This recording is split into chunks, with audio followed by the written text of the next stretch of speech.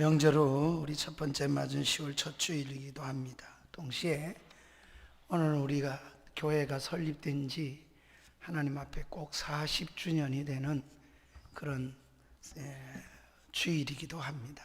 하나님께서 지난 40년 동안을 한결같은 은혜로 우리를 지켜주시고 교회가 교회답게 설 수 있도록 은총을 주신 것처럼 앞으로 40년 동안도 하나님의 은혜 속에 달려갈 수 있도록 위해서 우리 공동체를 위해서 늘 기도하는 일 함께 해주시면 고맙겠습니다.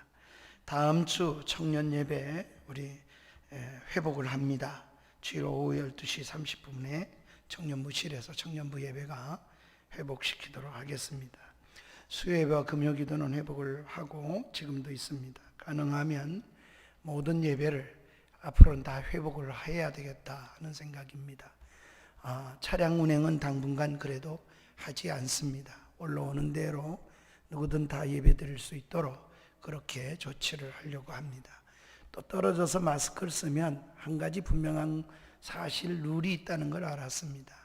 아무리 간격이 웬만큼 해도 마스크를 쓰고 예배 드리는 한은 문제가 없다. 또 식사를 하게 되면 벗으니까 문제가 있는데 그 외에는 큰 문제가 생겨지지 않는 것을 우리가 알게 되었습니다. 예배 속에 방역과 또 여러 가지 상황을 잘 관리하면서 예배 인도하도록 그리하겠습니다. 또 비대면 온라인 성경 공부반을 운영합니다. 다음 11일 주일까지 주보에 있는 대로 태효성 집사님에게 신청을 하면 25일 날 개강을 해서 주일 오후 3시부터 4시 30분까지 1시간 반 동안 줌을 통해서 성경 공부를 하려고 합니다. 그래서 영상으로 교육이 되기 때문에 많이 들어가면 할 수가 없기 때문에 15명 내외에서 선착순으로 신청을 해주시면 감사하겠습니다. 또 가정에서 오늘도 예배드리는 성도 여러분 낙심하지 마시고 믿음으로 우리가 이겨낼 수 있음을 바라보시고 하나님 앞에 우리가 예배하며 나아가야 되겠습니다. 모든 환경은 우리를 억어하고 힘들게 할 수는 있어도 하나님께 나아가는 길을 방해할 수는 없습니다. 믿음은 모든 걸 초월하고 뛰어넘을 수 있다고 믿습니다. 어느 장소 어디 있든지 믿음으로 함께 예배의 자리에 나아갔으면 좋겠습니다. 우리 옆 사람 한번 인사하겠습니다. 주의 이름으로 사랑하고 축복합니다. 또 우리 다 함께 일어나셔서 찬양하며 예배로 나아갑니다.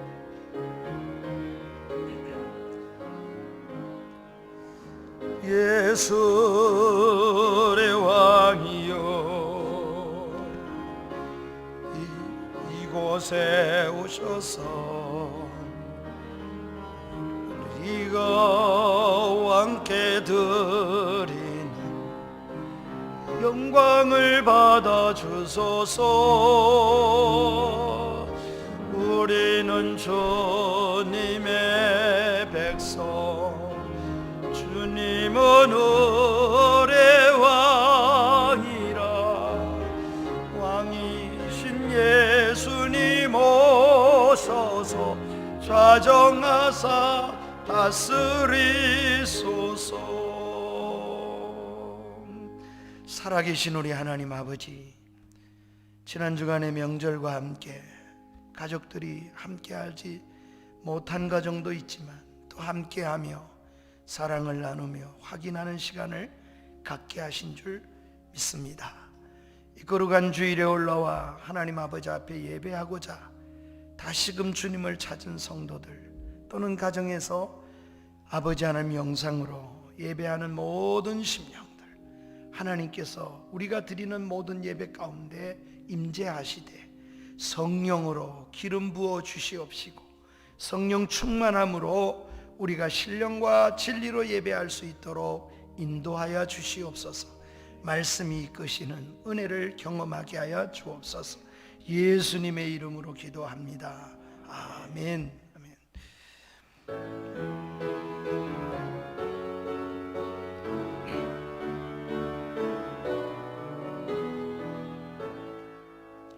큰 영화로신 주 이곳에 오셔서 이 몸 자들로 주 백성 삼으사 그 중에 항상 계시고 그 중에 항상 계시고 큰 영광 나타내소서.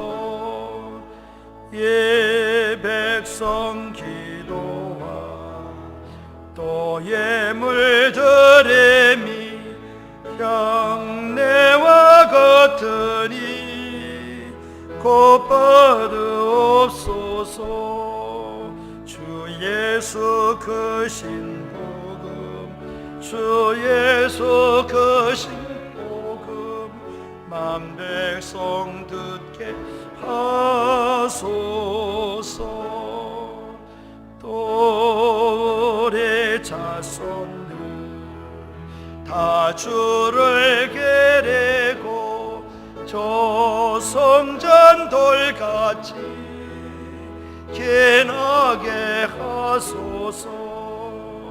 주 구원하신 능력 주 구원하신 능력을 늘 끝날까지 주소서. 주 믿는 만민이 참 진리 지키며 옛 성도들 같이 주 찬송하다가 저 천국 보좌 앞에서 저 천국 보좌 앞에서 늘 찬송하게 하소서.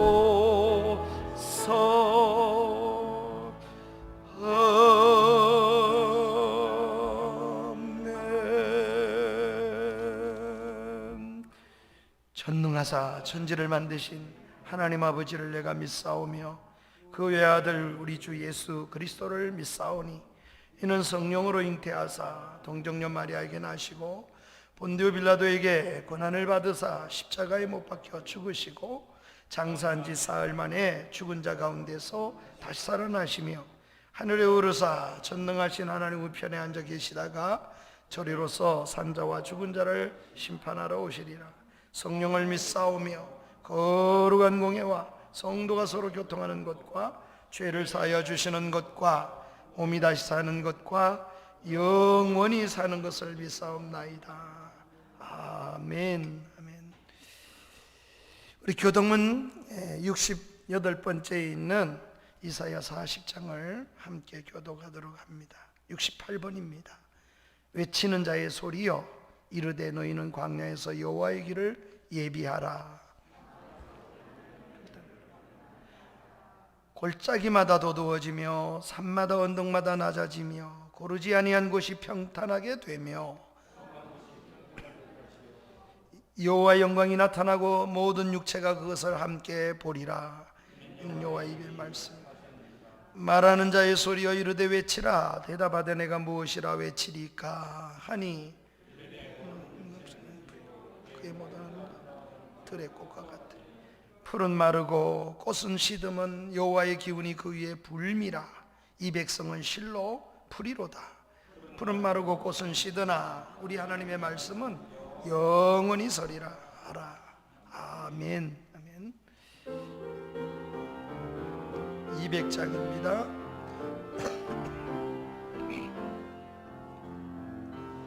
달고 묘한 그 말씀 생명의 말씀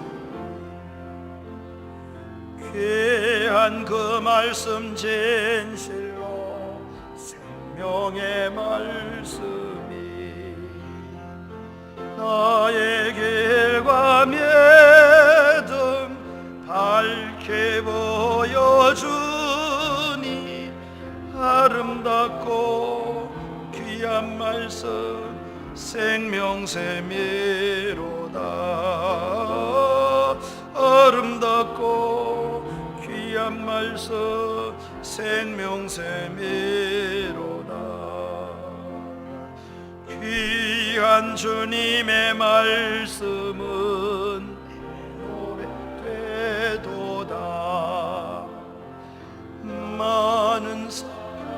살리는 생명의 말씀을 값도 없이 받아 생명길을 가니 아름답고 귀한 말씀 생명샘이로다.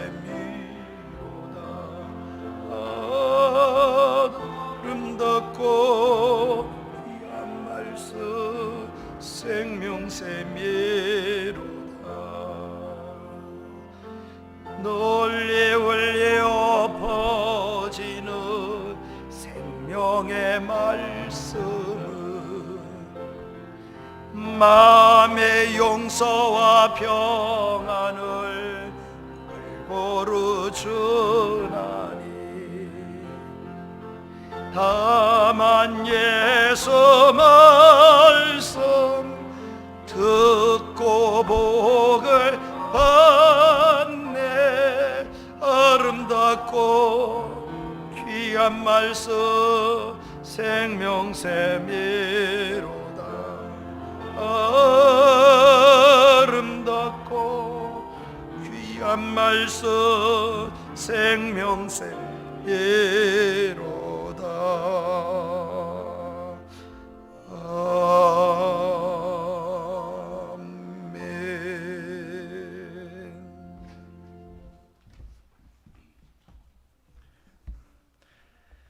말씀으로 천지만물을 창조하시고 우리의 생사와 복을 주관하시는 살아계신 하나님 아버지, 은혜를 생각할 때마다 감사를 드립니다. 지난 한 주간 동안 주님의 크신 사랑과 은혜 가운데 주님께서 특별히 선택한 성도들을 세상의 처속 가운데서 보호하여 주셨다가 오늘 주님의 거룩한 주일을 맞이하여 하나님께 온 정성으로 예배를 드릴 수 있도록 인도하여 주심을 감사를 드립니다. 우리가 성전에서 또는 온라인의 영상 가운데서 예배로 주님 앞에 섰사오니 하나님의 풍성하신 은혜로 우리의 심령이 하나님의 임재하심을 경험하게 하여 주시기를 원합니다. 우리의 상황과 형편이 곤고하다 하여 우리가 영적 게으름 가운데 놓이지 않도록 인도하여 주시기를 원합니다. 현재의 상황도 역사의 주관자 되시는 하나님의 통치와 섭리하신 가운데 있는 줄 믿사오니 너희는 가만히 있어 내가 하나님됨을 알지어다라는 말씀처럼 잠잠히 하나님의 일하심을 우리 생애 가운데서 목도할 수 있는 은혜를 내려 주시옵소서. 우리의 모든 삶이 하나님의 인도하심이었고 은혜이었음을 고백하는 믿음을 우리가 쓸 수 있도록 인도하여 주시옵소서. 아버지 하나님, 특별히 우리에게 선물로 주신 다음 세대들을 하나님의 은혜로 인도하여 주시옵소서. 진리이신 예수 그리스도를 경험할 수 있도록 성령께서 역사하여 주시옵소서. 그들의 마음에 예수 그리스도의 이름이 새겨지게 하시고 그들을 통하여서 열방의 예수 그리스도의 복음의 십자가를 세우는 하나님의 자녀가 되기를 간절히 원합니다. 우리의 가정과 교회 공동체가 말씀으로 주의 자녀들을 양육하게 하시고 부모와 온 성도가 말씀을 지켜내는 믿음의 삶의 증인으로 우리의 자녀 세대들을 양육할 수 있게 하여 주시옵소서. 하나님 아버지, 이 시간 우리가 예수 그리스도를 의지하여 하나님 아버지께 나아갑니다. 성령께서 우리를 주장하시어 우리가 온전한 예배로 나아가길 원하오니 우리의 심령을 붙드시고 주장하시어서 참된 예배자로 설 수 있도록 인도하여 주시옵소서. 아버지 하나님, 목사님을 통하여서 말씀의 선포되어짐 앞에 우리의 심령이 예수 그리스도의 사랑 앞에 세워지게 하시고 영이 새롭게 회복되어지는 은혜를 누리게 하여 주시옵소서. 우리의 간구하는 기도 가운데서 응답하시는 하나님을 믿음의 눈으로 바라볼 수 있도록 참된 믿음을 우리에게 부어 주시옵소서. 오늘 예배 가운데서 좌정하셔서 충만한 은혜와 사랑으로 우리의 예배를 주여 인도하여 주시옵소서. 이 복된 예배가 우리의 삶의 원천이 되게 하셔서 세상의 어둠 앞에 빛을 발하는 온전한 하나님의 백성 되게 하여 주시옵소서. 한 주간도 승리자의 삶으로 하나님께 영광 돌리는 삶을 살아내기를 바라오며 사랑이 많으신 예수 그리스도의 이름으로 기도하옵나이다. 아멘.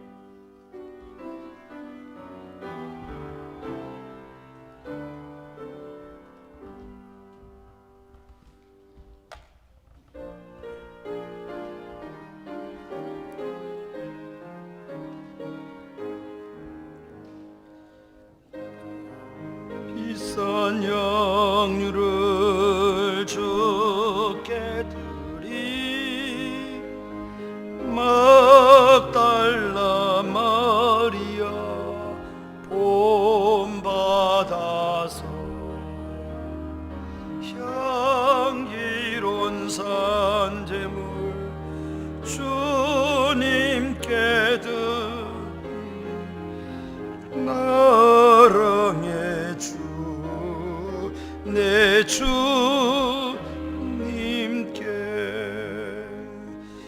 연약한 자에게 힘을 주고 어두운 세상에 빛을 비춰 성실과 인내로 내 형제의 걸린 사랑의 주 내 주님께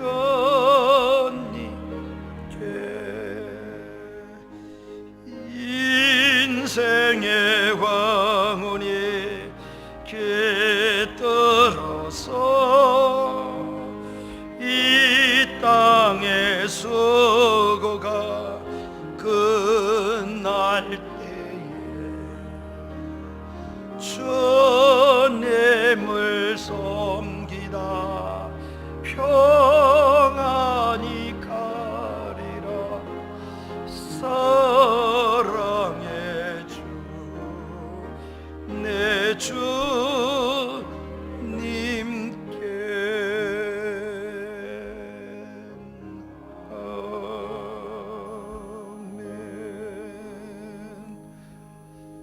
오 하나님 아버지, 지난 40년 동안이나 우리 하나님 이 교회가 설립되고 한결같은 은혜를 베풀어 주셨습니다.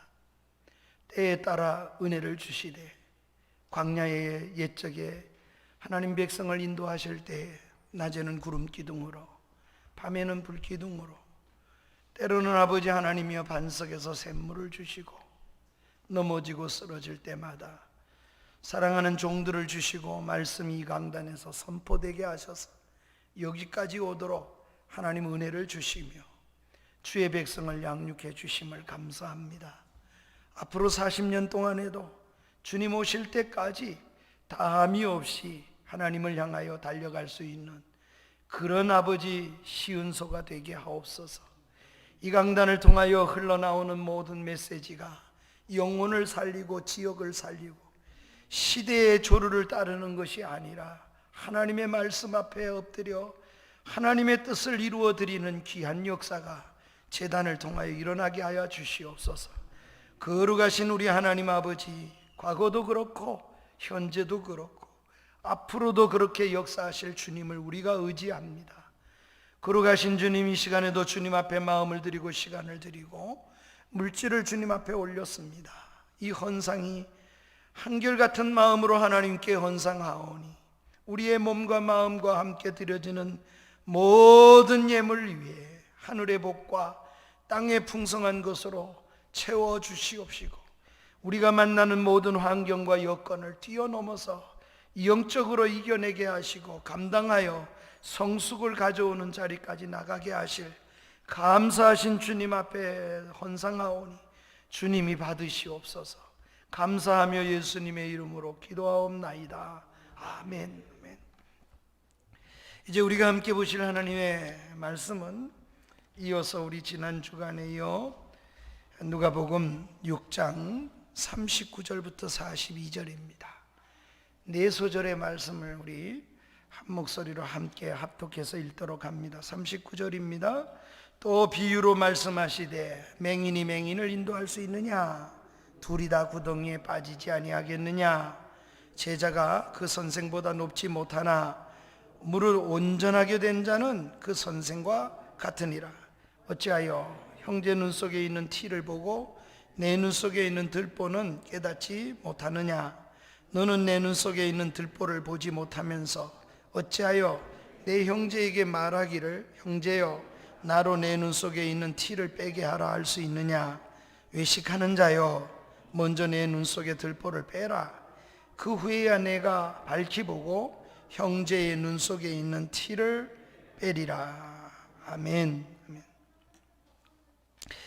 오늘 지난 주일날 하나님의 약속의 말씀을 통해서 그리하면 두 소절 속에 주님께서 담아주신 이 조건절 속에 담아주신 하나님의 은혜를 함께 생각했습니다. 그리하면 되돌아오는 하나님의 은혜가 있다. 네가 믿음을 쓰고 양심을 쓰고 믿음대로 살면 네가 여기서 심으면 반드시 부메랑 효과처럼 되돌아오는 은혜를 주시겠다고 말씀하심을 함께 생각했습니다. 심기는 여기서 심고 사람을 향하여 심었는데 되돌아오는 것은 사람을 통해 오는 것이 아닙니다. 하나님의 손에 의해서 오는 겁니다. 그래서 세상 사람은 자기가 심고 자기 힘으로 자기 노력으로 거둔다고 생각하지만 신자들은 그렇게 사는 사람들이 아닙니다. 믿음으로 사는 사람들입니다. 심기는 여기서 내가 심지만 받을 때는 하나님께로부터 받는다고 믿는 겁니다. 오늘은 우리가 네 소절 속에 주님이 담아주시는 내용은 우선과 나중할 일, 먼저 할 것과 그 후에 할 것, 이런 일을 주님께서 우리에게 말씀을 주십니다. 세상의 모든 일은 다 순서가 있습니다. 먼저 할 일을 먼저 하고 그 후에 나중에 할 일은 그 후에 해야만 합니다. 그래야 세상 일도 효과적이기도 하고 훨씬 더 능률이 오르기도 하는 겁니다. 세상 일만 하나님이 그렇게 일반 은총에만 담아주신 게 아닙니다. 영적인 일에 있어서도 동일한 원리가 있습니다. 하나님께서 아주 순서를 중요하게 여기시고 주님이 오늘 이 말씀 속에서는 먼저 할 일에 대해서 주님이 가르쳐 주십니다. 하나님은 아주 질서정연한 하나님이십니다. 천지를 창조하실 때에도 하나님은 그냥 생각 없이 창조하신 게 아닙니다. 창세기 1장을 들여다보면 처음 세 날은 바탕이 되는 그 바탕을 만드시고 그리고 다음 넷째 날부터 여섯째 날까지는 첫 번째, 둘째, 셋째 날 그 바탕에 관한 것을 주님이 만들어 가십니다. 그만큼 하나님은 질서가 정연하신 분이십니다. 오늘 질서의 다스림 속에 우리가 생각할 것은 첫 번째로, 그래서 우선 할 일에 대해서 우리가 생각을 해야 합니다. 먼저 할 일이 있다는 겁니다. 영적인 면에도 믿는 일에도 이렇게 우리가 하는 일에 있어서 먼저 해야 할 일이 있습니다. 순서에 가장 중요한 것이 오늘 본문 전체 우리가 읽은 네 소절 속에서 하나님께서 아주 콕 집어서 말씀하신다 그러면 그 순서가 나부터 시작하는 것이어야만 한다는 겁니다. 먼저 나를 들여다보고 나를 살피면, 그리고 내가 변화를 받으면 세상은 바뀐다, 이런 말입니다. 이런 원리가 이 질 속에 담아주신 내용입니다. 내가 변하면 세상도 변합니다. 나를 바꾸지 않은 채 세상 사람들은, 죄인들은 나는 그대로 두고 너를 바꾸려고 해요. 너가 바꿔줘야 된다는 겁니다. 나는 그대로 두고 세상을 바꾸려고 아우성치고 너 바꾸라고만 소리치는 것이 이 세상에 죄된 인생이 살아가는 순서의 소리침입니다. 그런데 주님은 이렇게 말씀하십니다. 그 순서가 틀렸어. 순서는 너부터 변화를 가져와야 한다는 겁니다. 그러니 여러분 생각해 보세요. 맹인을 인도하려면은 먼저 내 눈이 밝아야만 하는 겁니다. 인도하는 입장에서 생각해 본다면 인도받는 사람보다 인도하는 사람보다는 훨씬 더 나아야 인도할 수 있지 않겠습니까? 인도할 만큼 자신이 훨씬 더 그 부분이 더 나은 부분이 분명히 있어야만 한다는 것이 오늘 주님이 담아주는 진리 옳습니다. 맹인이 되어가지고 아무것도 볼 수 없는데 아무것도 볼 수 없는 사람을 인도하다가는 구덩이에 함께 빠질 수밖에 없지 않겠습니까? 그래서 예수님께서 이런 말씀을 39절에 하십니다. 비유로 가르쳐 주신 겁니다. 깨닫게 하시기 위해서. 맹인이 맹인을 인도할 수 있느냐? 둘 다 구렁텅이에 빠지지 아니하겠느냐? 이렇게 질문을 던지시며 비유로 말씀을 주신 겁니다. 이것은 당시 이스라엘 사회를 보면서 예수님께서 던져주신 메시지 옳습니다. 당시 종교 지도자들은 눈이 어두웠습니다. 이 세상에 하나님의 아들이신 예수님 메시아가 오셨는데도 그들은 예수님이 메시아인 줄을 알아보지를 못했습니다. 성경을 그렇게 연구하고 성경 박사라 그러고 그렇게 많은 것을 아는 것 같았지만 그들은 그리스도를 알아볼 수 없을 만큼 눈이 어두웠고 자기들의 욕심 채우는데 방해가 되면 누구라도 밀어냅니다. 메시아이신 예수님에 대해서도 그들은 밀어내고 죽이는 그런 일까지 하는 사람들이 그 당시에 눈이 어두운 사람들이었습니다. 그들에게 주님이 말씀을 담아 주신 것입니다. 그들은 당시 유대 사회를 잘못된 길로 인도했습니다. 결국 우리 예수 그리스도를 십자가에 죽이고 그렇게 인도하지 않습니까? 예수님이 죄 없는 예수님에게 죄를 뒤집어 씌웁니다. 예수님을 죽이소서 죽이소서 저를 못 박으소서 선동선전하지요. 그래서 맹인 같은 자들이 결국은 주님을 어떻게 합니까? 십자가에 못 박아 죽이는 일을 했던 것입니다. 온갖 꼼수를 뒤에 숨어서 조작하고 선동하고 그리고 결국은 예수님에게 뒤집어 씌워서 십자가 위에서 예수님을 죽이게 만들어 놓습니다. 그런 유대 사회를 예수님께서 들여다보시면서 맹인 같은 자들이 어리석은 자들이 이스라엘을 이끌고 가고는 있는 모습이 얼마나 안타까웠는지 주님이 거기에 비유를 들어서 진리를 따르는 방식을 원리를 가르쳐 주시는 겁니다. 오늘 이 네 소절에 주님이 담아주신 핵심의 내용이 무엇입니까? 그 내용은 아주 간단합니다. 하나의 원리를 주님이 말씀해 주시는 겁니다. 이렇게 말씀하십니다. 한번 따라해 볼까요?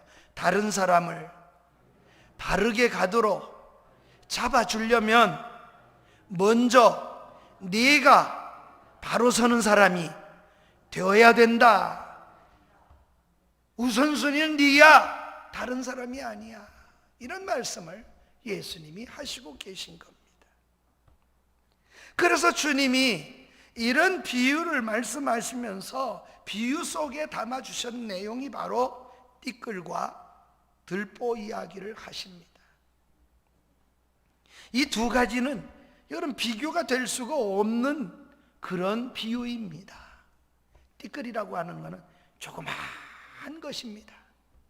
들보 아시지요? 우리 예전에 집을 지으면 가로지르는 것이 하나 있습니다. 아른들이 나무로 그렇게 가로질러 놓죠. 요즘에는 절간에 가보면 들보를 우리가 쉽게 볼 수가 있습니다. 얼마나 큰 나무입니까? 그런 나무에 비추어서 이렇게 띠끌은 너무 작잖아요. 비교할 수가 없는 거예요. 너무 차이가 나는 거잖아요. 자신의 문제는, 너무 큰 문제는 그대로 둔 채 다른 사람의 작은 문제를 해결하겠다고 지적하는 것은 순서가 맞지를 않다는 겁니다. 외식하는 사람의, 외식자의 특징이 있습니다. 그 특징이 무엇인고 하면 자신에 대해서는 잘못을 잘 보지 못하는 눈을 갖고 있고, 다른 사람에 대해서 잘못은 아주 지적하는데 굉장히 빨라요. 그게 외식하는 사람에 나타나는 아주 특징 지어지는 모습입니다. 그러니 자기를 못 봐서 그럴 수도 있지만 역으로 감추는 겁니다. 들보는 감추고 자꾸 그걸 감추려고 하다 보니 다른 사람의 티를 자꾸 끄집어내야, 띠끌을 찾아내고 지적해야 자기를 감추어진다고 생각을 하는 것입니다. 그래서 외식이라고 주님이 책망을 하는 겁니다. 사랑하는 여러분, 웃어낼 일이 있습니다. 바르게 띠끌을 고쳐주기 위해서라도 네가 먼저 우선 나부터 시작해야 된다고 말씀하시는 겁니다. 따라서 주님의 비유를 두 번째로 좀 생각해 봅시다. 주님의 비유는 들보와 띠입니다. 사람에게는 들보도 있는 사람, 들보도 있고 사람에게는 티도 있습니다. 누구든 들보든 티를 다 가지고 있습니다. 그렇게 안고 살아가는 겁니다. 장로교를 이렇게 정치적인 원리를 세운 칼빈 선생은 인간은 전적으로 부패한 인생, 타락했다, 예외가 있느냐? 하나도 없다. 바울 사도도 로마서 10장에 3장 10절에 보면 의인은 없나니 하나도 없도다. 주를 찾는 자도 없고 구하는 자도 없고 돌아서는 사람도 없고, 얼마나 없는지. 3장 10절 한 소절에다가 없고 없나니 무려 6번이나 없다는 말을 사용합니다. 아예 없습니다. 인간은 다 들보가 있고 티가 있는 존재라는 말입니다. 누구도 부인할 수가 없습니다. 주님이 그렇게 말씀하셨으니까. 사랑하는 여러분, 그러나 우리가 그런 인간이라 할지라도 예컨대 우리는 변화될 수 있고 바꾸어질 수가 있습니다. 남의 눈에 티를 뽑아줄 수도 없다는 말이 아닙니다. 있다는 겁니다. 그런데 우리는 그러기 위해서라도 먼저 내 자신이 그리스도 안에서 변화를 입어야 된다는 겁니다. 예컨대 사도 바울을 한번 생각해 보시기 바랍니다. 사도 바울은 자기 자신을 가리켜서 죄인 중에 괴수라고 했습니다. 바울이 그런 고백을 한 데에는 영적으로 깊어지고 아주 성숙되어지는 믿음의 분량이 커졌기 때문입니다. 그렇게 성숙해지고 믿음이 깊어지니까 그것이 보였습니다. 그래서 그 속에서 자기 자신을 보는 눈이 얼마나 깊어지고 들보를 보는데 먼저 보는 일이 사도 바울 속에는, 생애 속에 있었습니다. 여러분, 바울의 고백을 한번 생각해 보십시다. 사도 바울은 자기 고백을 그가 쓴 글 속에, 서신 속에 다 남겨놓았습니다. 그가 거듭나고 저 다메섹으로 가다가 예수 그리스도를 만난 후에 복음을 전하는 그러한 일을 하면서 열성이 넘쳤습니다. 그래서 제일 먼저 이 복음을 변호하기 위해서 처음 글을 쓴 것이 주 48년경에 우리가 아는 첫 번째 책을 쓰는데 그게 갈라디아서입니다.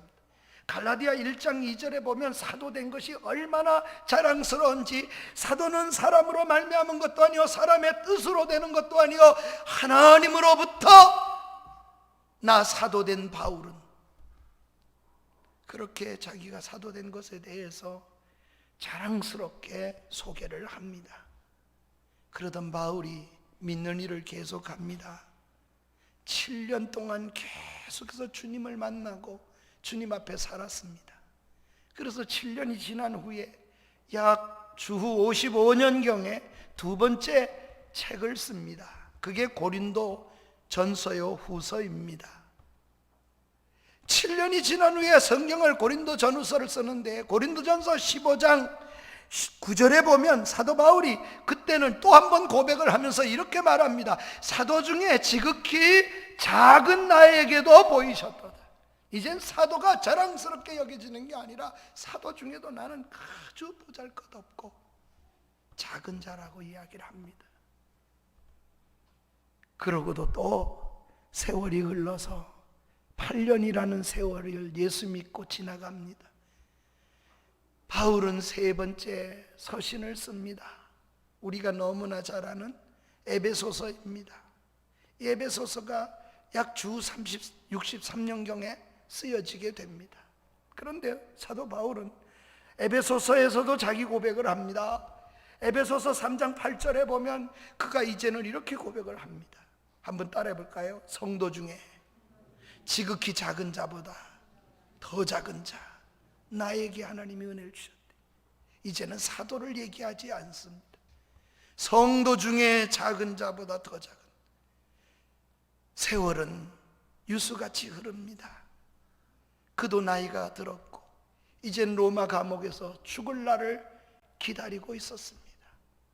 인생의 노년을, 인생의 마지막 시대를 보내고 있습니다. 그래서 마지막인 줄을 알고 그가 유언서처럼 쓴 것이 성경에 그것이 목회 서신이고 디모데 전후서입니다.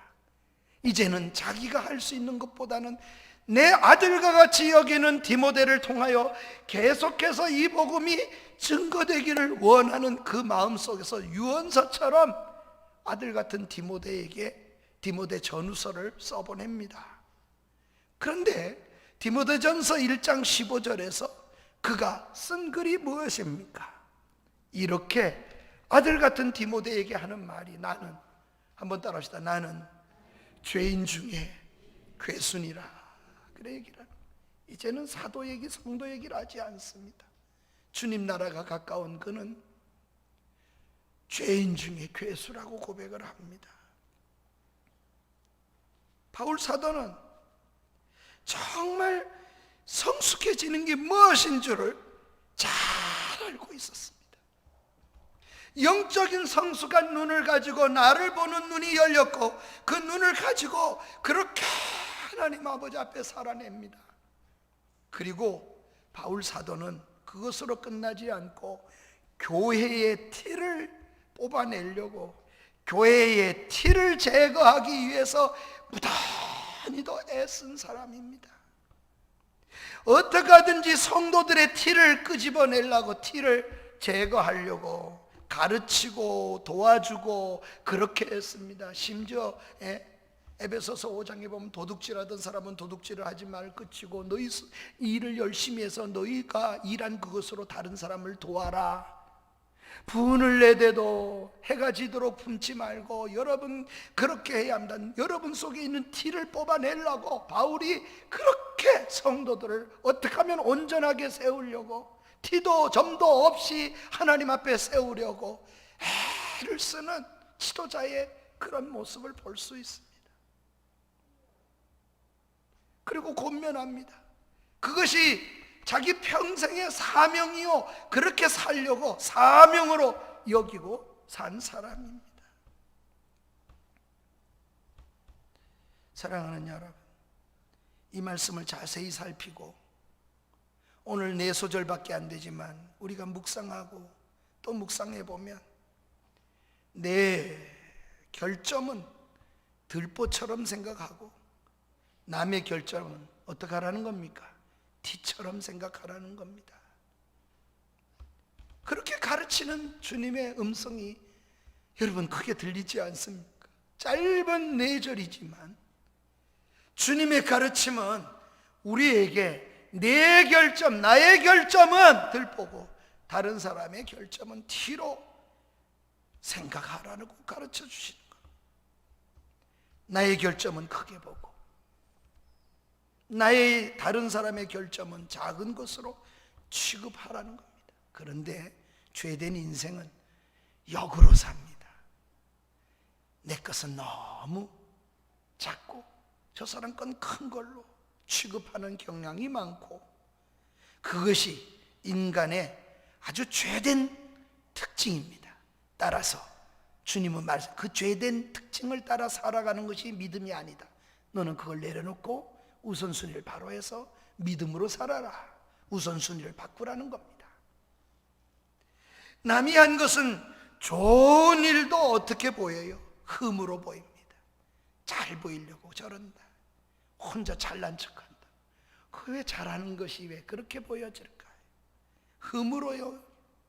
평가절하하고 내가 잘못한 것에 대해서는요, 나의 문제는 그럴 수 있고 그럴 수밖에 없는 것이 있다, 이 변명하는 것이 인간이 죄로 말미암아 가지고 있는 아주 죄의 뿌리요, 근성이요, 언제나 살아나는 죄, 우리 속에 아주 쓴뿌리 같은 죄성입니다. 그러니 우리 속에 이런 생각이 너무 많아요. 이게 요즘 말로 하면 내로남불이란 말입니다. 다 상대방한테만 내로남불을 얘기할 뿐입니다. 내가 잘못하는 건 다 이유가 있고 다른 사람이 잘못하는 거는 다 귀에 들리면 들리는 대로, 눈에 보이면 보이는 대로 다 판단하고 정죄하고 깎아내리고 그리고 밀어냅니다. 매우 이중적입니다. 그래서 내로남불이란 말을 할 수 있겠지요. 충분히 아름다운 것도 내 기준을 가지고 살아가는 거예요. 그건 성경적인 원리를 따르는 게 아니에요. 믿음의 원리를 따라가는 것은 그렇게 사는 것이 아닙니다. 네. 말씀이 주어질 때에는 큰 원리가 있습니다. 말씀을 듣고, 따라서 말씀을 듣고 먼저 나를 살피고 깨닫는 것이 복이다. 아멘. 먼저 내 귀에 들려야 돼요. 먼저 내 눈에 보여야 돼요. 먼저 내가 그 말씀의 은혜의 자리에 들어가야 된다는 겁니다. 하나님의 말씀을 읽고 듣고 묵상하면서 나를 보는 것이 아니고 다른 사람에게 적용하려고만 합니다. 내게 주시는 말씀이어야 할 터인데 자꾸 남만 떠올립니다. 주님이 말씀하십니다. 말씀을 통해 너를 살펴라, 나를 살피라는 겁니다. 그 후에야 네가 할 일이 있다. 그 후에 할 일이라는 거예요. 그런데 내가 할 일을 하고 나면 그 후의 일은 매달릴 필요가 없어요. 그런데 내가 할 일을 안 하고 내가 해야 할 일을 안 하고 다른 후에 할 일에 매달리면 나도 망하고 남도 힘들게 하게 만드는 겁니다. 그러니 믿음의 원리를 따라 살아라는 겁니다. 그래서 주님은 우리에게 이렇게 남에게 대한 이야기를 하시는데 우리에게 중요한 하나의 인식을 가져야 된다고 말씀하시는 게 있습니다. 가르쳐 주시고 또 색이라고 주님이 아주 거듭 말씀해, 무려 한 소절에 4번이나 언급을 합니다. 지적하는 그 사람, 내가 티를 끄집어내는 그 사람을 향하여 주님이 중요한 인식 하나를 주셔요. 그게 뭡니까? 한번 따라 합시다. 우리 모두는 형제다, 형제 자매라는 거예요. 그러니 형제에 대한 의식이 있어야 된다는 겁니다. 42절입니다. 너는 내 눈 속에 있는 들보를 보지 못하면서 어찌 형제에게 말하기를 형제여 나로 내 눈 속에 있는 티를 빼라 하겠냐. 외식하는 자여 내 눈 속에 있는 들보를 빼라. 후에야 내가 밝히 보고 내 형제의 눈 속에 있는 티를 빼리라. 내가 티를 뽑으려고 하는 그 사람에 대해서 주님은 언급하십니다. 그가 누구라고요? 형제라고요.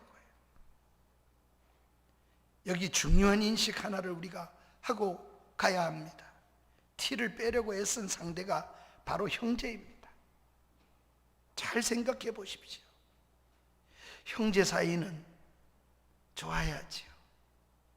저희는 가난하지만 7 형제를 아버지가 두셨는데 뒤돌아보니 전 참 좋은 그래도 형제가 아니었다 생각해봐요. 동생들을 늘 생각하는 형님들, 가난하지만 왔으면 좋고 봤으면 좋고, 예, 힘들지만 이번에도 무덤가에 제가 무덤에 가려고 그런 게 아니에요. 약속을 했기 때문에 저는 약속 지키러 가겠다 생각하고 있는데, 이 형님들은 조카들은 못 오게 하더라도 우리 이제 못 살면 어떠냐, 코로나 걸리면 어떠냐, 예, 살 만큼 다 살았으니까 형제 얼굴 한번 보는 거 그건 너무 귀하지 않나. 그래서 제가 그렇지 않아도 가려고 그랬지만 잠깐 제가 형님들만 뵈고 왔습니다. 형제 사이가 이제는 7이 아닙니다. 남은 사람이 몇 안 남았어요. 또 몇 년 안 지나면 또 몇 분이 가실 것 같다 하는 생각을 절실히 들어요. 왜냐하니 몸이 좋지 않고 나이도 너무, 둘째 형님도 나이가 벌써 80이 넘어갔으니 이제 얼마나 사시겠나 생각해 보니 그런 생각이 드는 거죠. 사랑하는 여러분, 명절에 모이면 형제가 화목하는 거 얼마나 보기가 좋습니까? 형제가 못 사냐 잘 사냐 중요하지 않아요.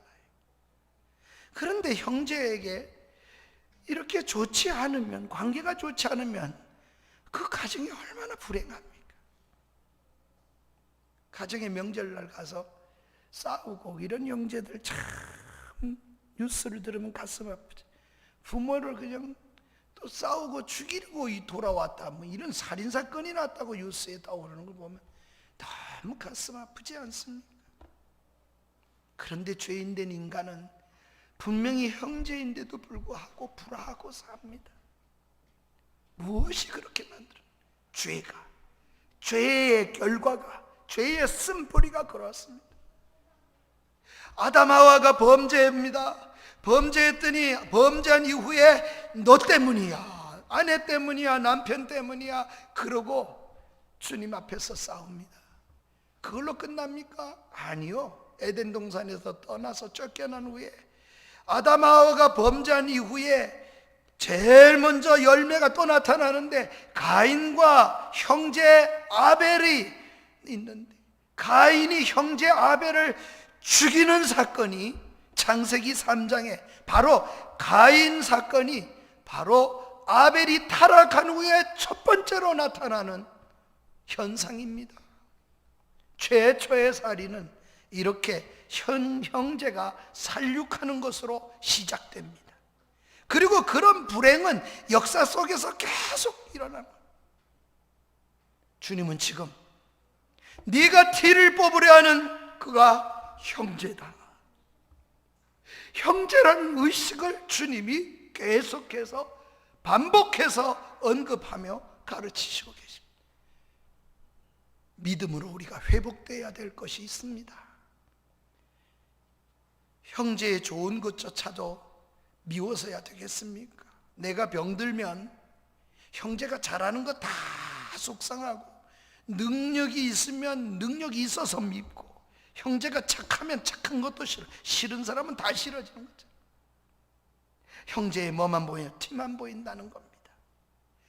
내 눈에 자기의 들보가 보이지 않기 때문에 그렇다는 거예요. 주님은 지금 우리의 근원을 말씀하고 계시는 겁니다. 한번 따라합시다. 내가 건강하지 않으면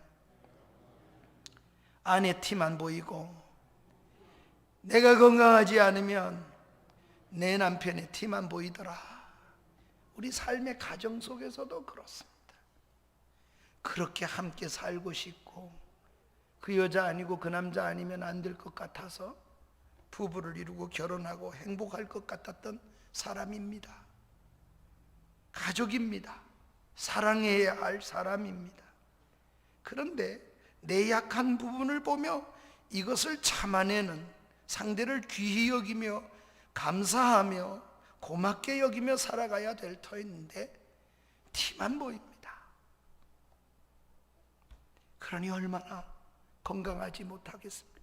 그러니 얼마나 불행하겠습니까? 믿음은 우리에게 행복을 가져다 주고, 믿음은 우리에게 자유함을 가져다 줍니다. 티가 없고 들보가 없어서가 아닙니다. 주님의 우선순위가 그렇게 만들어 주는 거죠.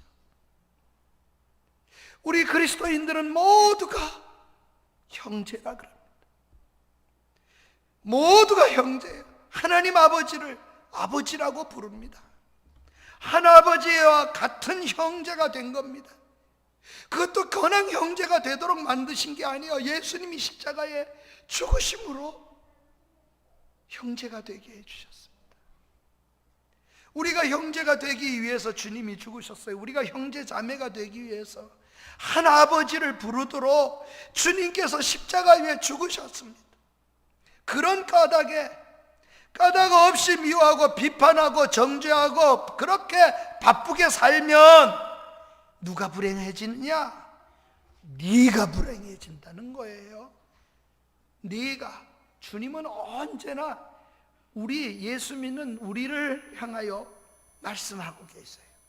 그러니까 실상은, 진리의 말씀은 내게 유익입니다. 나를 복되게 하고 자유롭게 해주고 은혜로. 그러니 내가 복되고 나면 형제 파괴가 안 일어나는데, 내가 그러지 못하니까, 그렇게 해야 할 일 우선순위를 하지 않으니까 하지 말아야 할 일을 하다가 뭐가 가져와요? 형제와 관계가 불행해지고 파괴시켜버리는 그런 사람이 된다는 겁니다. 한번 따라합시다. 먼저 내 눈의 들보를 해결합시다. 아멘. 그 후에 형제의 눈의 티를 해결해 줍시다. 그것이 순서입니다. 그런데 놀라운 것은 내 눈에 들보를 빼고 나면 형제의 눈에 티는 잘 안 보이게 돼 있어요. 그게 은혜의 사람의 모습입니다. 그동안 내 눈에 들보 때문에 그게 안 보였던 거죠. 그런데 내 눈에 들보를 보는 사람은 모든 사람을 보는 눈이 달라지기 시작해. 그래서 주님은 나를 변화시키고 나로부터 시작하고 모두에게 미치는 은혜의 소식은 예루살렘에서 사마리아로, 사마리아에서 이방에게로, 온 세계로. 이 순서는 바뀌지 않습니다. 원리 따라서 세워가도록 하나님이 하시는 겁니다. 먼저 할 일을 하지 않으면 어떻게 될까요? 그 후에 문제가 발생합니다. 그러나 먼저 할 일을 하면 그 후에 문제는 정말 발생하지 않습니다. 먼저 나를 바로 세우십시오. 먼저 기도하고, 먼저 말씀 묵상하고, 먼저 나를 주님이 기뻐하는 자리에 세우고, 그리고 말씀에 나를 바르게 하면 남을 사랑하게 되어집니다. 그 사랑의 방법이 좀 다양하지요. 오래 참아주기도 하고, 뭐 어떤 사람은 또 좀 고쳐주려고도 할 수도 있고, 그건 다양할 수는 있어도 그 방법은 전부 뿌리는 사랑에서부터 나오게 되었을 수 있습니다. 그래서 하나님 아버지 앞에 내가 바로 서면 남을 바로 세우는 일을 하게 됩니다. 섬기게 됩니다. 격려하게 합니다. 칭찬을 합니다. 위로하며 살게 됩니다. 이것을 경험하는 여러분의 삶이 되시기를 축원합니다. 여러분의 삶이 천국이 되도록, 하나님 나라가 도래했다, 여기에 하나님 나라구나, 그렇게 도래했다고 날마다 하나님을 삶에서 그렇게 배우시고 느끼며 사십시오. 초막이나 군골이나 내 주 예수 모신 것이 그 어디나 하늘나라, 장차 갈 나라만 자꾸 생각하지 마세요. 여기서 누리지 않는데 어떻게 그 나라를, 여기서 지금 내 남편이 잘 못하는데 다른 데선 잘할 거, 그런 말이 어디 있어요? 우리 속담에 집안에 새는 바가지 밖에 가져가도 새지요. 여기서 하나님을 못 만났는데 무슨 죽어 하나님 나라를 얘기합니까? 그런 나라 없어요. 하나님 그렇게 말씀하신 적이 없어요. 그래서 주님은 얼마나 우리가 여기서 어떻게 살아야 될 것을 말씀하시잖아요. 언제나 현실적이지, 그러나 미래가 없다는 말이 아니에요. 현실을 속에서 미래를 말씀하시는 거예요. 그 후에 우리는 할 일을 먼저 하면 하지 않아야 될 일은 적어지게 돼 있어요. 그러니 할 일을 하는 겁니다. 아울러 우리는 덧붙여 살아야 될 이유가 몇 가지 교훈이 저는 있다고 생각해요. 어떤 사람이 눈에 들보를 빼내기 위하여 애쓰는 사람이 말이에요. 내 눈에 들보를 빼보려고 어떻게 하든지 주님 앞에 매달리는 그 사람이 내게 티를 빼주려고 할 때 빼지 마세요, 그럴 거 없어요. 빼준다면 고맙지요. 내 눈 속에 티를 발견하고 빼주려고 하면 애쓰면 받으십시오. 감사합니다. 내 눈에 티를 빼주셔서. 이럴 수도 있어요. 내 눈에 티를 뽑는데 내 눈에 참으로 들보는 그냥 놔두고 믿음이 있으면 그럴 수도 있어요. 아울러 내 들보는 그대로 자기는 하나도 안 하면서 내 눈에 티만 빼려는 사람도 있어요. 악한 사람이죠. 그렇다 할지라도 믿음으로 여러분이 커지면 내 눈에 티를 뽑아주세요. 그래서 그렇게 뽑아질 수 있다고 마음으로 받아들이는 사람이 될 수만 있어도 그 자체도 복입니다. 사랑하는 여러분, 내 눈 속에 먼저 티를 뺍시다.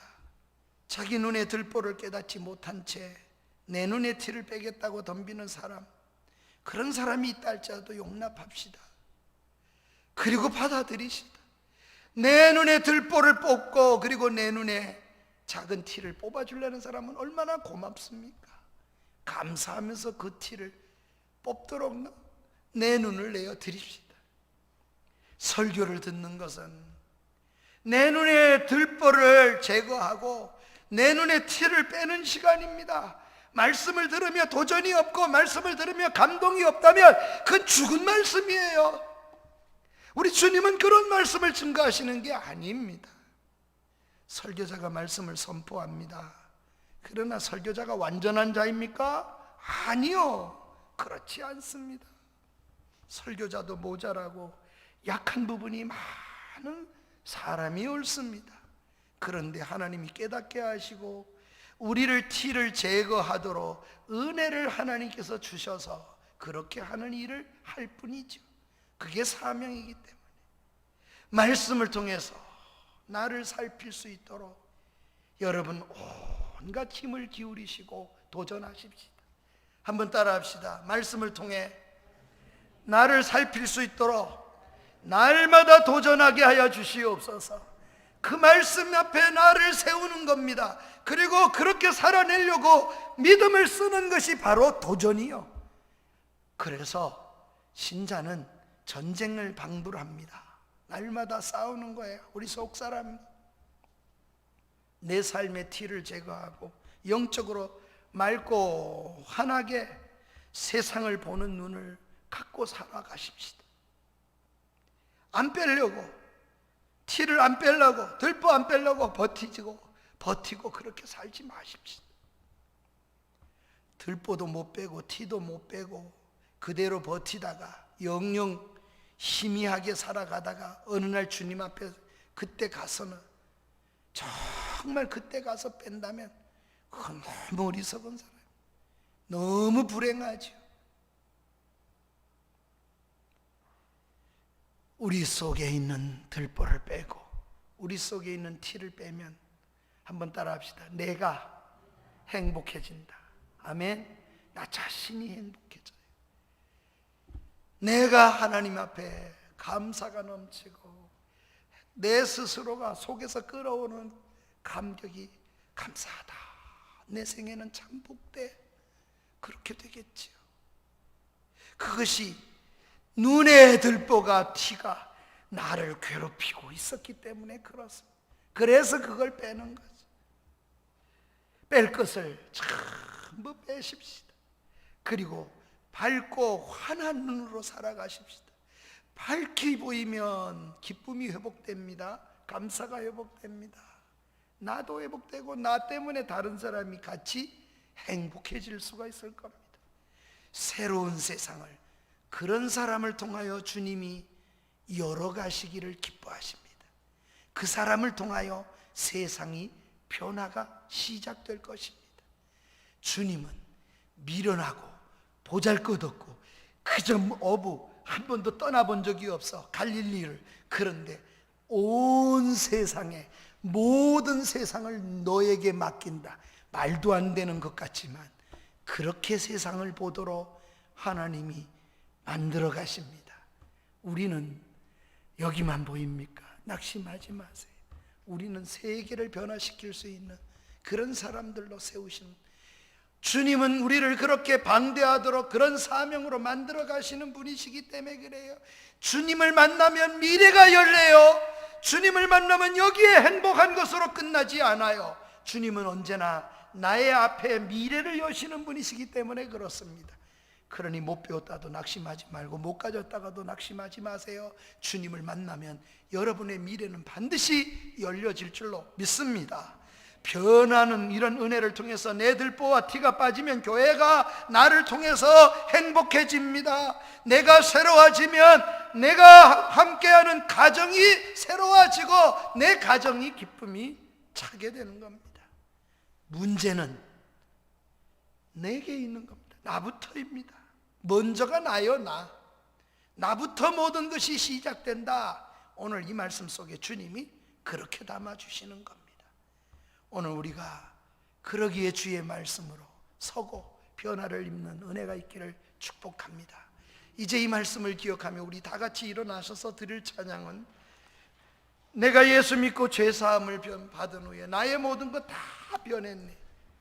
내가 지금 가는 길은 천국길이요 주의 피로 내 죄가 씻겼네. 성령이 임하고 나의 마음에 가득 채우고, 그러면 내게서 공포가 물러가고 두려움도 떠나가게 될 줄로 믿습니다. 우리 찬양을 함께 드리겠습니다.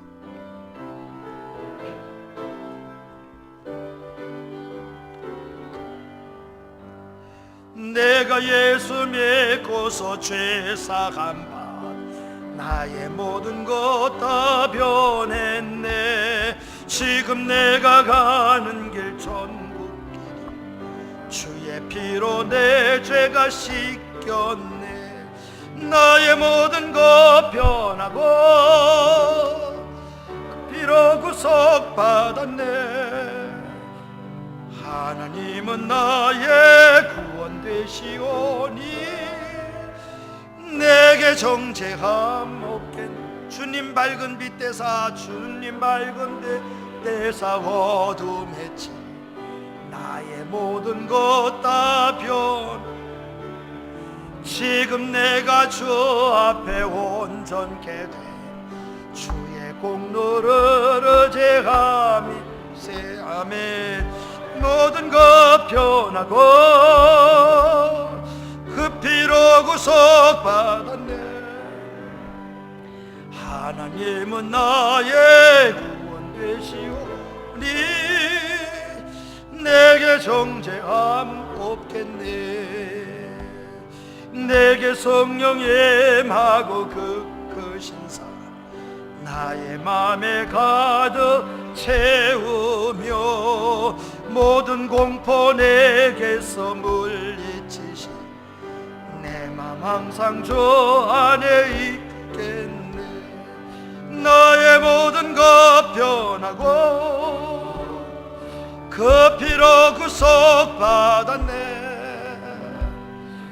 하나님은 나의 구원 되시오니 내게 정죄한 3절 다시 한번 부릅니다. 내게 성령 임하고 그 크신 사랑 나의 마음에 가득 채울 때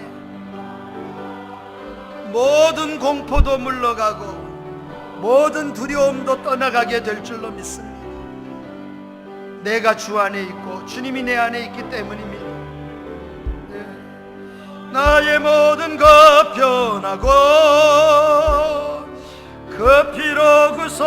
받았네.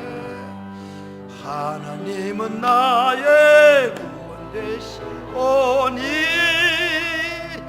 내게 정죄함 없겠네. 말씀을 가슴에 담으시기 바랍니다. 오늘 4절의 말씀은 한마디로 먼저 할 일입니다. 내가 먼저 할 일과 나중 할 일의 순서가 뒤바뀌는 인생을 살아가지 않게 해주옵소서. 그것이 믿는 일 하기는 것이기 때문에 그렇습니다. 형제의 티가 아니라 내 눈 속에 들보를 날마다 뽑게 하여 주옵소서. 그렇게 사는 일에 진력할 수 있게 해주옵소서. 그러다가 형제 눈을 티를 뽑아줄 수도 있고 또 하나님의 은혜 속에서 그럴 수도 있겠지요. 가장 우선할 수 있는 것, 그거에 진력할 수 있는 행복자가 되게 하시고, 그래서 나를 통하여 내 가정이, 나를 통하여 내가 섬기는 교회가 섬김이 일어나고 행복해질 수 있고 감격이 일어나고 온 세계를 향하여 이 복음을 향하여 그렇게 쓰여지는 사명자로 나를 세워 주옵소서. 우리 주여 한번 부르고 다짐의 기도를 드리도록 하겠습니다. 주여. 걸어가신 우리 하나님 아버지, 이 시간에 말씀을 기억합니다. 하나님은 은혜를 우리에게 되돌아오게 하시고 우리가 심은 대로 거두지 않고 하나님의 손으로 하나님의 은혜의 효과로 채워주신다고 했습니다. 우리는 그걸 믿고 걷는 걸음입니다. 오늘 또다시 우리는 주의 말씀을 받습니다. 주님께서 은혜를 주시사 우리가 우선순위가 뒤바뀌는 그런 인생 살지 않게 하옵소서. 세상은 뒤죽박죽이고 진리가 가리워진 후에, 타락한 이후에 세상은 아버지 우선순위가 뒤바뀌어졌습니다. 그런데 우리는 말씀 속에서 회복하게 하시고 새롭게 설 수 있도록 은혜를 주시옵소서. 그래서 우리가 하나님의 뜻을 이루고 새롭게 살아가게 하옵소서. 살아계신 우리 하나님 아버지, 우리 속에 하나님의 은혜가 임하게 하여 주옵소서. 말씀을 듣는 곳에서 내 눈에 들보를 제거하고 티를 빼는 시간인 줄 알고 하나님 아버지 앞에 말씀이 들려지고 듣고 보고 묵상할 때마다 하나님 내 속의 것 우선순위가 바로 될 수 있도록 은혜 주시기를 원합니다. 세상에 영향받아서 세 속의 것이 나를 지배하지 못하게 하시고 하나님의 원리가, 하나님의 뜻이 아버지 내 속에 주관하게 하여 주옵소서. 더러운 악한 사단의 권세는 나사렛 예수의 이름으로 명하노니 떠나갈지어다. 오로지 주님이 말씀을 듣는 모든 심령 속에 주님의 말씀에 새겨짐이 있게 하여 주시옵시고 그것을 주님의 말씀을 내 말씀으로 받아서 아버지 힘써 행함으로써 하나님 내가 행복하고 다른 사람도 행복하게 하고 전체를 세워가는 하나님의 나라를 도래하는 일에 쓰여지는 사명의 사람으로 살게 하옵소서. 예수님 이름으로 기도합니다. 아멘. 이제는 우리 주 예수 그리스도의 은혜와 하나님 아버지의 무한하신 사랑하심과 성령님의 교통하심이 말씀을 듣고 세상의 원리가 아니라 하나님의 원리로 내가 죄성에 매여서 죄의 쓴뿌리에 끌려가는 인생이 아니라 내가 내 인생에 하나님이 주도권을 잡고 하나님의 은혜의 말씀 안에서 이끌어가는 인생이 되기를 원하며 이 문을 나서는 성도들 머리머리 위에, 우리 가정 위에, 우리 남부전원교회 위에 이제로부터 영원토록 함께 계실지어다. 아멘. 아멘. 하나님 함께하여 주옵소서. 주님이 영광을 받으시옵소서. 그리고 하나님 뜻을 이루게 하옵소서.